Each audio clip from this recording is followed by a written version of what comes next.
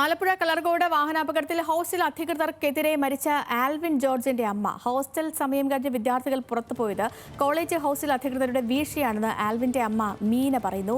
Hostel ക്രമീകരണങ്ങൾ സുരക്ഷിതമാക്കണമെന്നായിരുന്നു മീന പറഞ്ഞു. വാഹന ഉടമ കളിപ്പാട്ടം നൽകിയ ലാഘവത്തിൽ കാറ് നൽകിയെന്നും മീന കുറ്റപ്പെടുത്തി. ഈ ഹോസ്റ്റലിൽ 7:30-ക്കുള്ളിൽ കയറണം എന്നുള്ളതിനകത്താണ് ഞാൻ സൈൻ ചെയ്ത് കൊടുത്തിരിക്കുന്നത്. എൻ്റെ മകൻ 7:30 കഴിയുമ്പോൾ അവിടെ സുരക്ഷിതമാണെന്ന് എനിക്കറിയാം.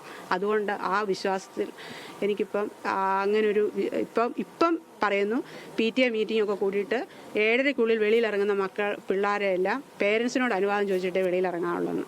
ഇതൊക്കെ നേരത്തെ ഈ ഫസ്റ്റ് ഇയറുകാരെ ഒന്ന് കൺട്രോൾ ചെയ്യുമായിരുന്നെങ്കിൽ ഇവർ വെളിയിലൊന്നും ഇറങ്ങി പോകത്തൊന്നുമില്ലായിരുന്നു.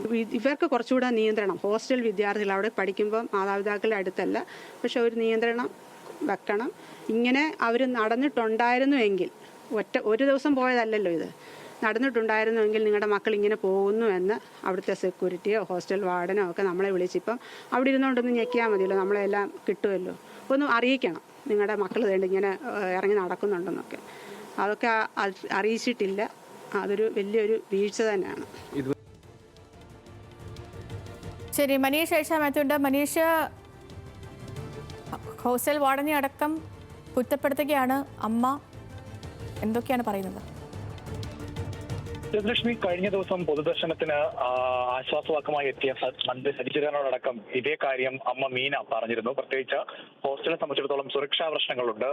ഹോസ്റ്റലിന് നിലവിൽ ആലപ്പുഴ വണ്ടാനം മെഡിക്കൽ കോളേജ് ആൺകുട്ടികളുടെ ഹോസ്റ്റലിന് ചുറ്റുമതിലില്ല. അത്തരത്തിലുള്ള നിയന്ത്രണങ്ങൾ ഒന്നും തന്നെയില്ല. സാധാരണഗതിയിൽ 7:30 വരെയാണ് അവിടെ വിദ്യാർത്ഥികൾക്ക് പുറത്തു പോകാൻ അനുവാദമുള്ളത്. അതിനുശേഷം പുറത്തു പോകുന്നതിന് വിലക്കുണ്ടായിരുന്നില്ല. അത്തരത്തിലൊരു വിലക്കുണ്ടായിരുന്നെങ്കിൽ തന്റെ മകൻ ഈ ഒരു അപകടത്തിലേക്ക് പോകില്ലായിരുന്നു എന്നുള്ളതാണ് പ്രധാനമായും മീന പറയുന്നത്. ഈ ആൽവിന്റെ വീട് എന്ന് പറയുന്നത് എടത്തുവായിലാണ്. എടത്തുവായിൽ നിന്ന് വണ്ടാനത്തേക്ക് അധികം ദൂരമൊന്നുമില്ല. അത്രയും അടുത്തായിരുന്നിട്ട് പോലും മകനെ ഹോസ്റ്റലിൽ നിർത്താനുള്ള കാരണം അവിടെ തന്റെ മകൻ സുരക്ഷിതമാണ് എന്നുള്ള വിശ്വാസത്തിന് പുറത്തായിരുന്നു എന്നുള്ളതാണ് മീന പറയുന്നത്. ആ ഒരു വിശ്വാസമാണ് തകർക്കപ്പെട്ടത്.